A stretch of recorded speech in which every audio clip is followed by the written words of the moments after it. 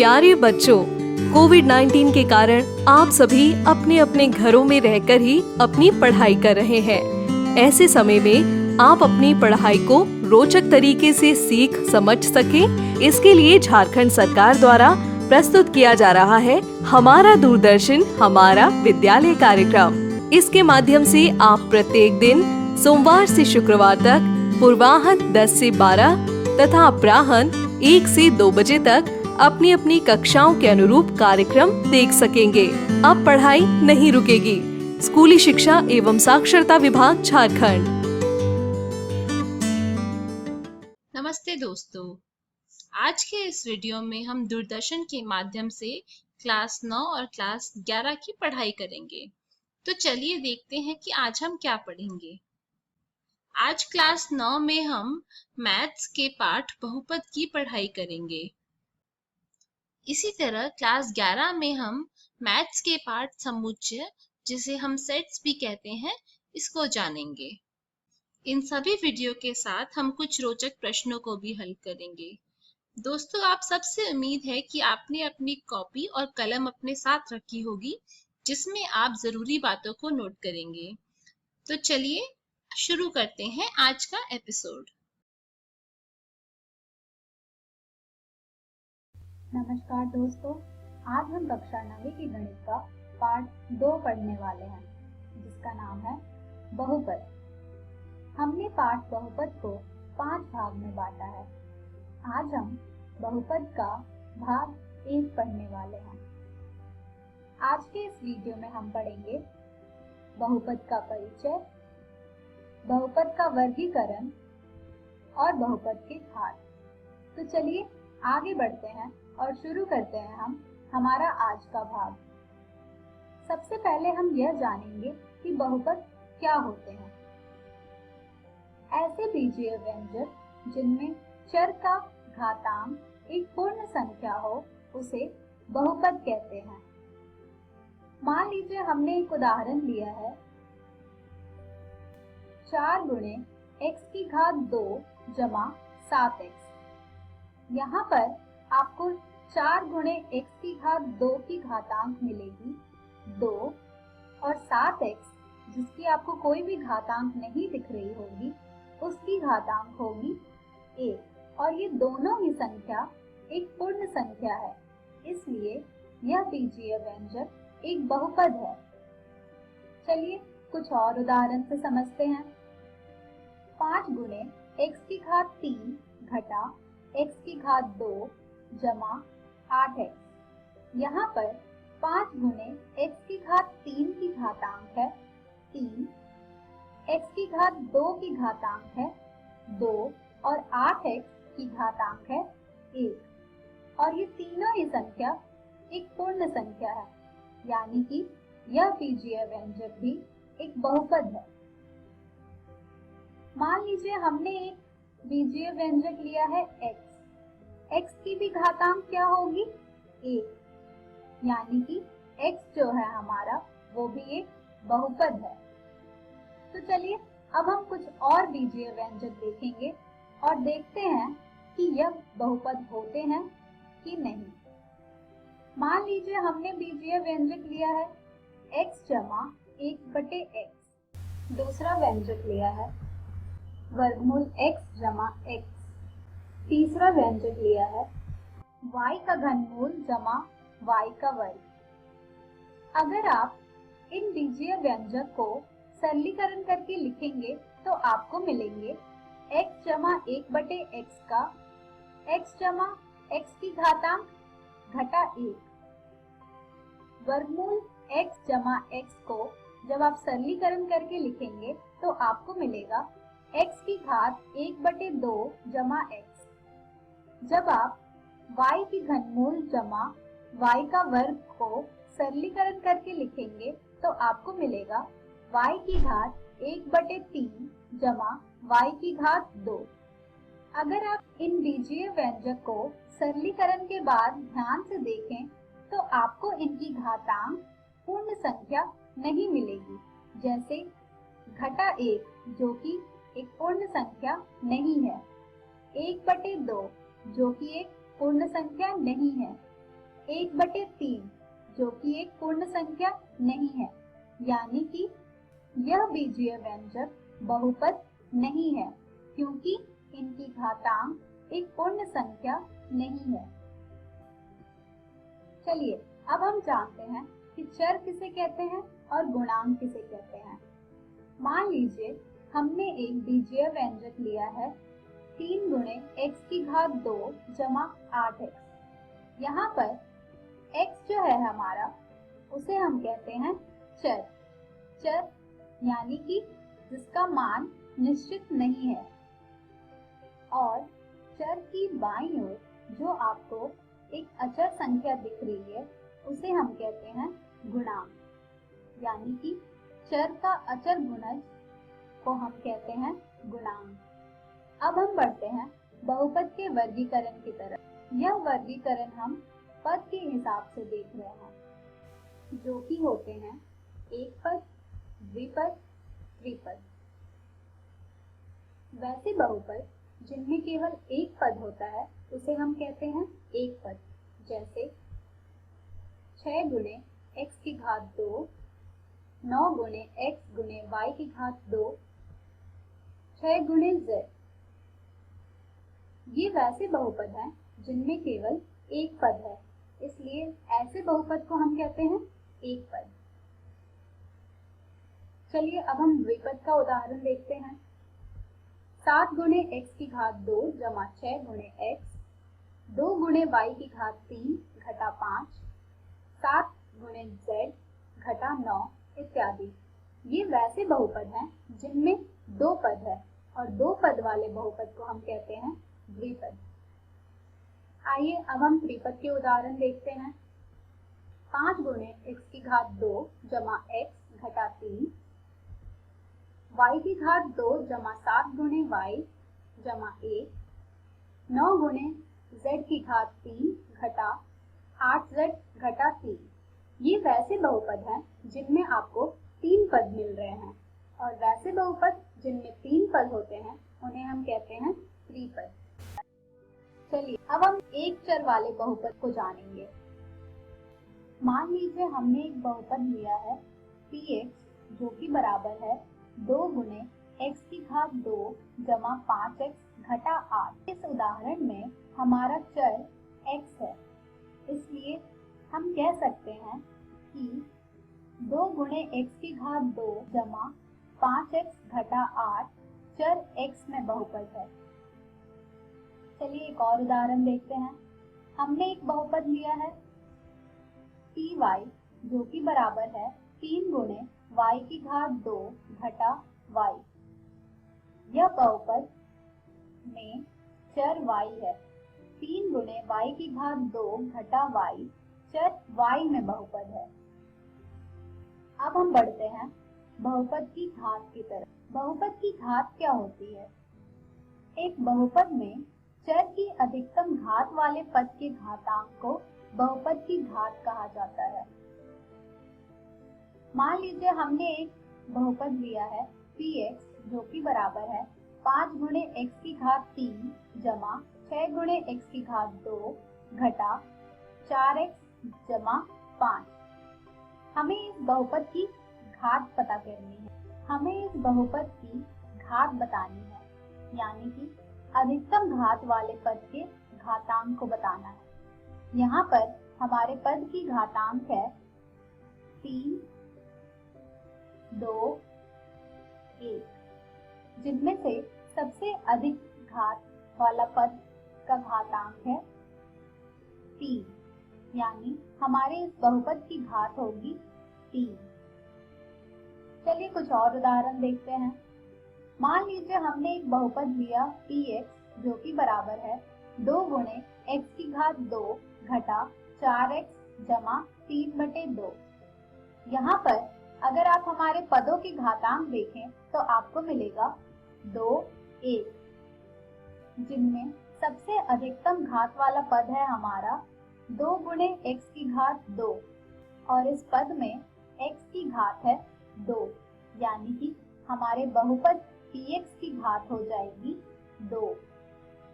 चलिए एक और उदाहरण देखते हैं। हमने एक बहुपद लिया है PU जो कि बराबर है 3/2U घटा 1। यहाँ पर हमारा अधिकतम घात वाला पद है 3/2U जिसकी घात है 1, यानी कि हमारे बहुपद की घात हो जाएगी 1। अब हम बढ़ते हैं बहुपद के वर्गीकरण की तरफ, जो कि होगी बहुपद की घात के हिसाब से। मान लीजिए हमने एक बहुपद लिया PU जो कि बराबर है 5/U घटा 1 और एक बहुपद लिया PX जो कि बराबर है X के। अगर आप इन बहुपद में देखें तो आपको इनकी घात मिलेगी 1 और वैसे बहुपद जिनकी घात 1 होती है उन्हें हम रैखिक बहुपद कहते हैं, अर्थात एक घात वाले बहुपद को रैखिक बहुपद कहा जाता है। चलिए कुछ और उदाहरण देखते हैं। मान लीजिए हमने एक बहुपद लिया PY जो कि बराबर है y की घात 2 घटा 2 और PX जो कि बराबर है 7 गुणे x की घात 2 जमा वर्गमूल 3 गुणे x जमा 5। अगर आप इन दोनों बहुपद में देखें तो आपको इनकी घात मिलेगी 2 और 2 घात वाले बहुपद को द्विघात बहुपद कहते हैं। अब हम बढ़ते हैं हमारे अगले वर्गीकरण की तरफ। मान लीजिए हमने एक बहुपद लिया है PX जो कि बराबर है x की घात 3 घटा 2 और PX जो कि बराबर है 2 गुणे x की घात 3 जमा वर्गमूल 3 गुणे x जमा 5। अगर आप इन बहुपद की घात देखें तो आपको मिलेगा 3 और 3 घात वाले बहुपद को त्रिघाती बहुपद कहा जाता है। तो ये था हमारा बहुपद का वर्गीकरण घात के हिसाब से। आज के इस वीडियो में हमने सीखा बहुपद का परिचय, बहुपद के वर्गीकरण, बहुपद की घात। हम हमारी अगली वीडियो में पढ़ेंगे बहुपद के शून्य। धन्यवाद।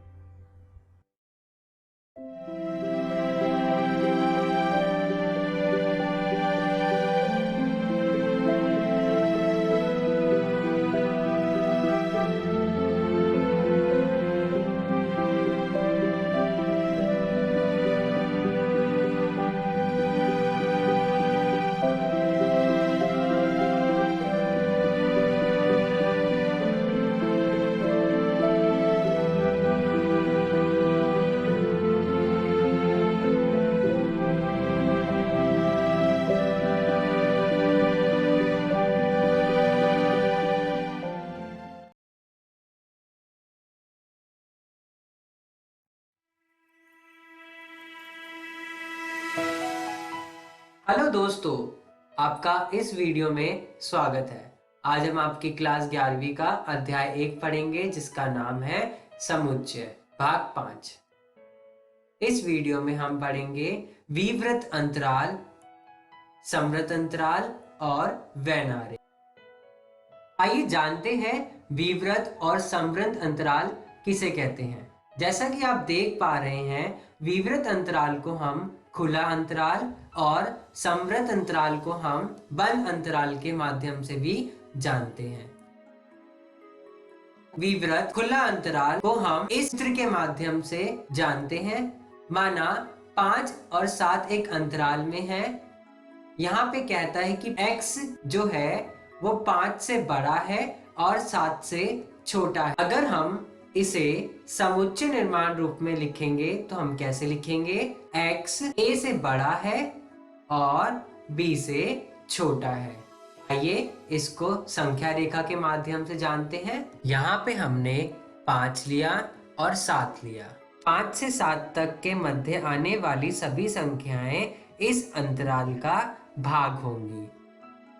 ओके दोस्तों, जिसमें 5 व 7 के क्रमश शामिल नहीं किया जाएगा। अतः a b के बीच स्थित सभी बिंदु इस अंतराल में होते हैं, परंतु a और b स्वयं इस अंतराल में नहीं होते हैं। वह अंतराल जिसमें अतः बिंदु नहीं होते हैं उन्हें हम विवृत अंतराल के नाम से जानते हैं। आइए बात करते हैं समवृत अंतराल की। समृद्ध अंतराल को उदाहरण के माध्यम से जानते हैं, जहां पे कह रहा है कि ए बी सदस्य हैं एक प्राकृतिक संख्या का, और ए समृद्ध अंतराल को हम इस चित्र के माध्यम से दर्शाते हैं। अगर ये समुच्चय निर्माण रूप में लिखना पड़े तो हम कैसे लिखते हैं? x कॉलन का प्रयोग करेंगे, जहां x बता रहा है कि वो a से बड़ा है और उसके बराबर है, और b उससे छोटा है और उसके बराबर है। आइए पहले वाले उदाहरण से समझते हैं। पहले वाले में हमारे जो अंतराल में संख्या थी वो थी 5 और 7। अगर हम 5 और 7 को संख्या रेखा पे दर्शाएं तो हम 5 और 7 के मध्य आने वाली जितनी भी संख्या है सब इस अंतराल में होंगी, और a और b यानी 5 और 7 जिसमें अंत्य बिंदु भी होते हैं उसे हम समवृत्त बंद अंतराल भी कहते हैं। आइए और उदाहरण के माध्यम से जानते हैं। यहाँ पर a और b दिया हुआ है, को a और b देखते ही पता चल रहा है कि ये विवृत अंतराल है। आइए इसको देखते हैं। अगर हमें संख्या रेखा पे दर्शाना पड़े तो हम कैसे दर्शाएंगे? यहाँ पे a है और यहाँ पर b है। यहाँ पर खाली गोला हमें विवृत अंतराल को दर्शा रहा है, यानी a हमारा विवृत अंतराल है, b भी हमारा विवृत अंतराल को प्रदर्शित कर रहा है और दर्शा रहा है। आइए दूसरा उदाहरण देखते हैं। यहाँ पर a, b एक अंतराल में है। यहाँ पर a जो है समवृत्त अंतराल को प्रदर्शित कर रहा है और b विवृत अंतराल को प्रदर्शित कर रहा है। आइए देखते हैं इसको संख्या रेखा पर दर्शाएंगे तो कैसे दिखेगा। यहाँ पर a ये रहा और b ये रहा। यहाँ पे भरा गोला हमें समवृत्त अंतराल को दर्शा रहा है और b हमारा विवृत अंतराल को दर्शा रहा है। तीसरा a, b दोनों ही a और b समवृत्त अंतराल को दर्शा रहे हैं। a हमारा भरा गोला समवृत्त अंतराल को दर्शा रहा है और b भी हमारा भरा गोला समवृत्त अंतराल को दर्शा रहा है। यहाँ पर a, b हमें a जो है विवृत अंतराल को दर्शा रहा है और b हमारा समवृत्त अंतराल को दर्शा रहा है। जब हमने इसे संख्या रेखा पे प्रदर्शित किया तो a हमारा खाली गोला जो कि विवृत अंतराल को दर्शा रहा है और b हमारा भरा गोला जो कि समवृत्त अंतराल को दर्शा रहा है। आइए जानते हैं गणित में अंतराल। माना x जो है वो r का सदस्य है। यहाँ पर x जो कि -4 से बड़ा है और 6 के बराबर और उससे छोटा है। जब हमने इसको संख्या रेखा पे दर्शाया तो हमने लिखा -4, -3, -2, -1, 0, 1, 2, 3, 4, 5, 6 और 7। हमारा यहाँ पर x जो है वो -4 से बड़ा है, तो हमारे पास ये -4 क्या प्रदर्शित कर रहा है? विवृत अंतराल। और 6 से छोटा और उसके बराबर है तो ये हमें क्या प्रदर्शित कर रहा है? समवृत्त अंतराल। वैन आरेख। दोस्तों वैन आरेख क्या होता है? समुच्चय के अधिकांश संबंधों को आरेखों द्वारा निरूपित किया जा सकता है जिन्हें वैन आरेख कहते हैं। इन आरेखों में आयत और बंद वक्र सामान्यत वृत्त होते हैं। किसी सार्वत्रिक समुच्चय को प्राय एक आयत द्वारा और उसके उप समुच्चयों को वृत्त द्वारा प्रदर्शित करते हैं। तो बच्चों मतलब वैन आरेख एक ऐसा आरेख है जहाँ पे हम समुच्चय को आरेख द्वारा प्रदर्शित करते हैं और इसमें किसी सार्वत्रिक समुच्चय को प्राय एक आयत द्वारा और उसके जो उप समुच्चय होते हैं उनको एक वृत्त द्वारा दर्शाया जाता है। आइए देखते हैं सार्वत्रिक समुच्चय को कैसे दर्शाया जाता है। एक आयत द्वारा और उनके अंदर के उप समुच्चय को उसके वृत्त द्वारा। ठीक है दोस्तों, आइए उदाहरण के माध्यम से समझते हैं। माना हमारे पास एक सार्वत्रिक समुच्चय है जिसके अंदर के अवयव है 1, 2, 3, 4, 5, 6। एक समुच्चय है A जिसके अवयव है 2, 4, 6 और एक है B समुच्चय जिसके अवयव है 1, 3, 5। जब हमने इसे वैन आरेख के द्वारा प्रदर्शित किया तो हमने सार्वत्रिक समुच्चय को एक आयत के द्वारा दिखाया और जो उसके अंदर के समुच्चय हैं A और B उनको हमने उस आयत के अंदर दर्शाया। A के अवयव है 2, 4, 6 और B के अवयव है 1 3 5। ये हमें वेन आरेख को दर्शा रहा है। आज हमने इस वीडियो में क्या सीखा दोस्तों? विवृत अंतराल जिसको हम खुला अंतराल भी कहते हैं, समवृत अंतराल जिसको हम बंद अंतराल भी कहते हैं, और वेन आरेख। अगर आपको और विस्तार में जानना है तो आप अपनी एनसीईआरटी की कक्षा 11वीं की बुक का भी प्रयोग कर सकते हैं। धन्यवाद दोस्तों।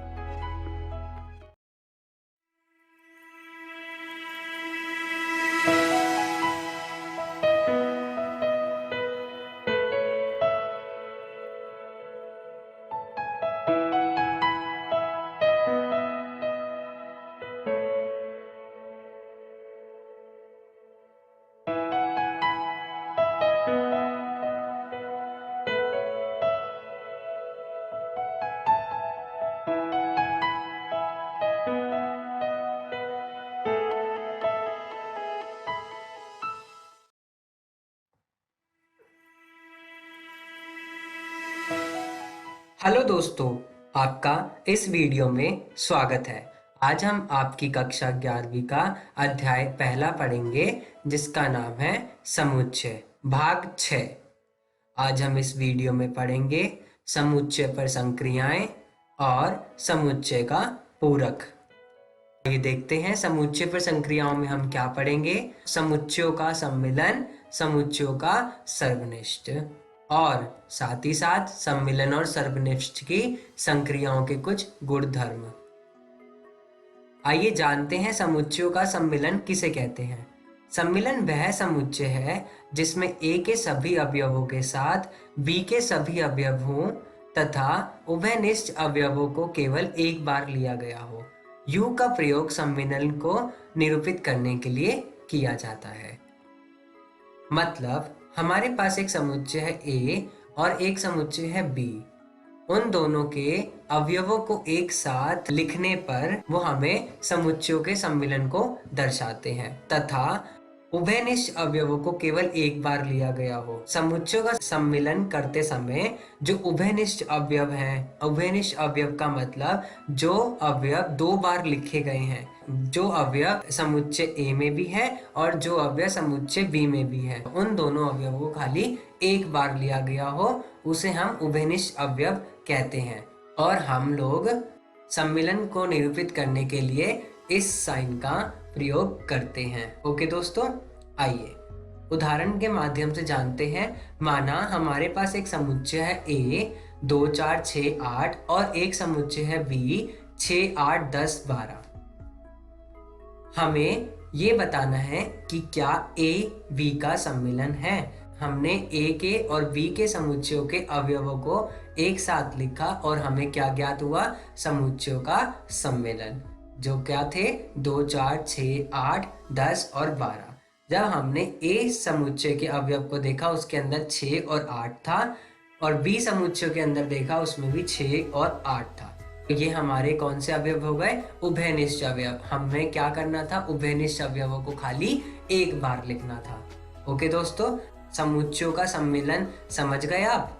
आइए अगला प्रश्न देखते हैं। माना A हमारे पास एक समुच्चय है, उसके अंदर अवयव है A E I O U और B हमारे पास एक समुच्चय है, उसके अवयव हैं A I U। हमसे ये क्या पूछ रहा है कि क्या A B का सम्मिलन है या नहीं। A का सम्मिलन और A का सम्मिलन हमने B से जब निकाला तो हमने क्या लिखा?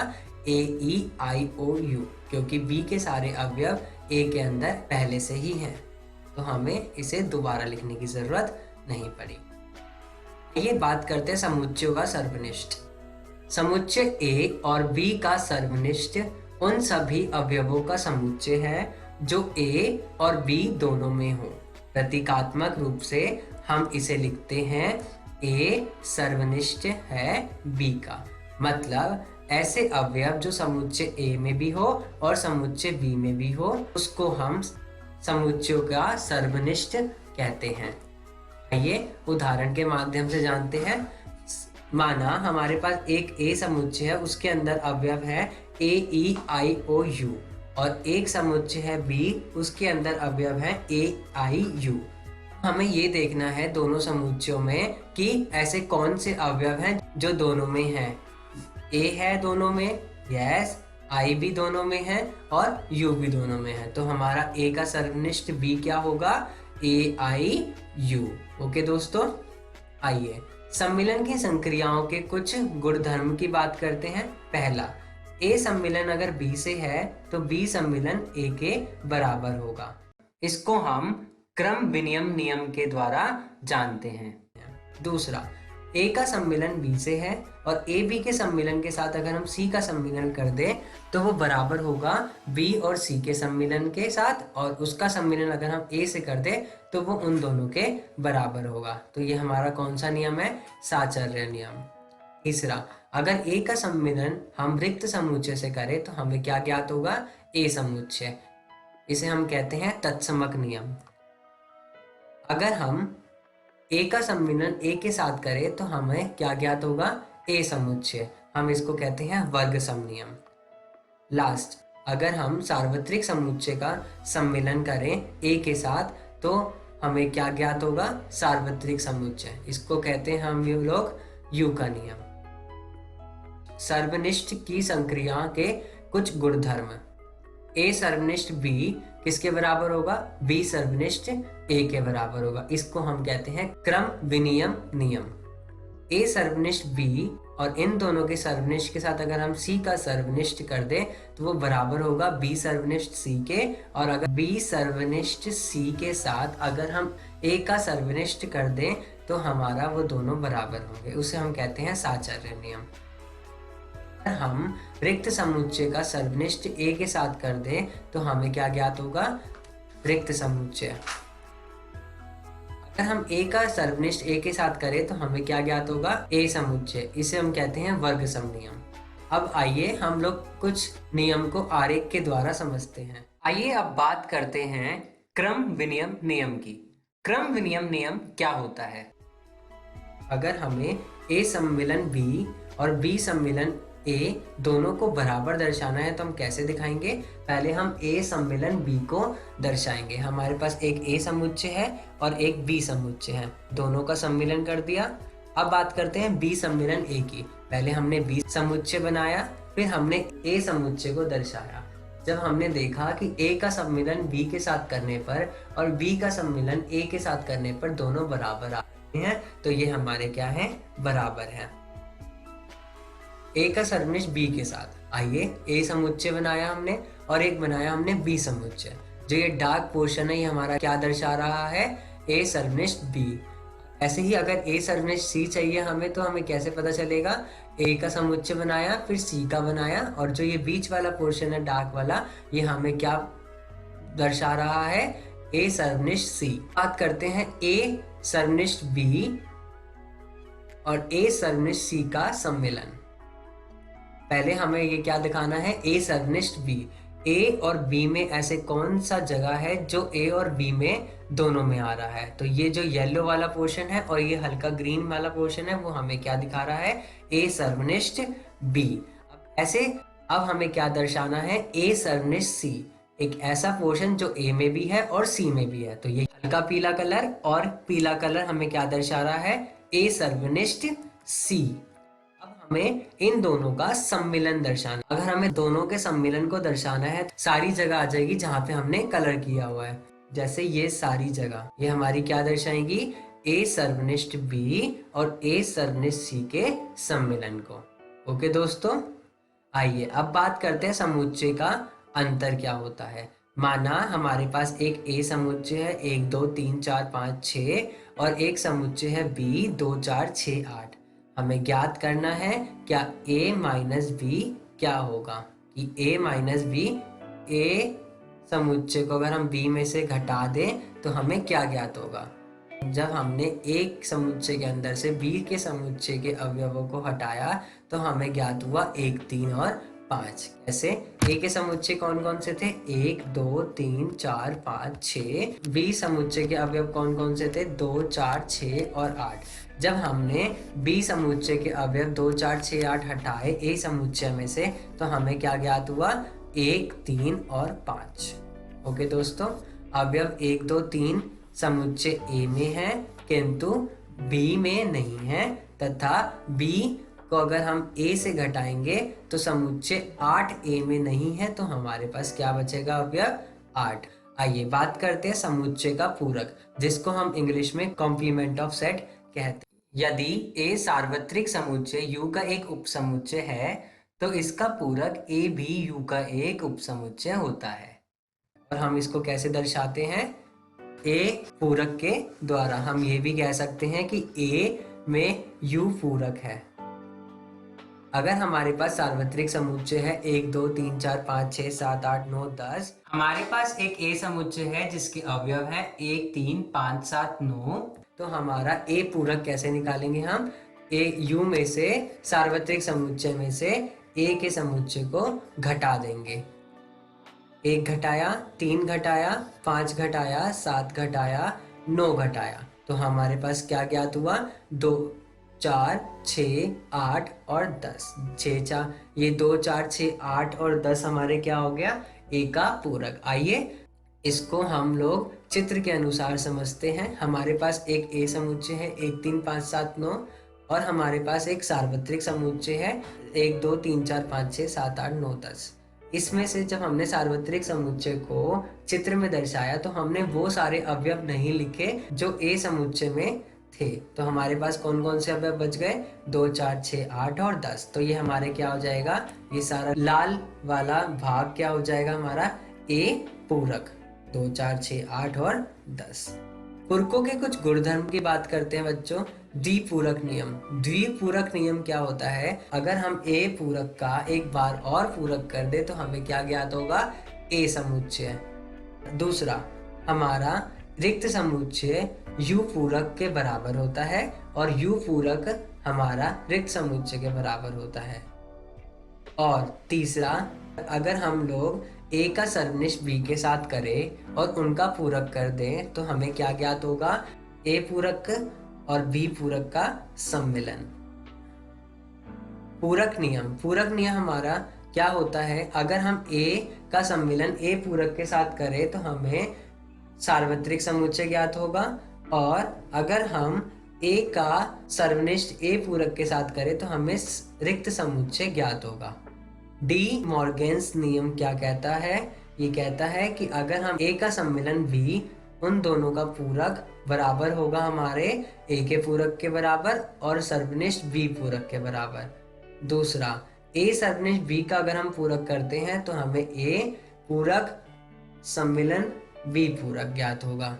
आज हमने इस वीडियो में क्या सीखा दोस्तों? समुच्चय का सम्मिलन, समुच्चय का सर्वनिष्ठ, सम्मिलन और सर्वनिष्ठ की संक्रियाओं के कुछ गुणधर्म, समुच्चय का पूरक और पूरकों के कुछ गुणधर्म। अगर आपको और विस्तार से जानना है तो आप अपनी एनसीईआरटी की कक्षा 11वीं की बुक का भी प्रयोग कर सकते हैं। धन्यवाद दोस्तों। हेलो दोस्तों, आशा है कि आप सबको पाठ पढ़ने में बहुत मजा आया होगा। तो चलिए देख लेते हैं कि आज हमने क्या पढ़ा।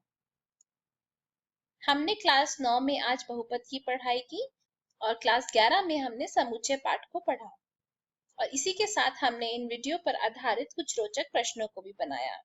अब देख लेते हैं दोस्तों कि हम कल क्या पढ़ेंगे।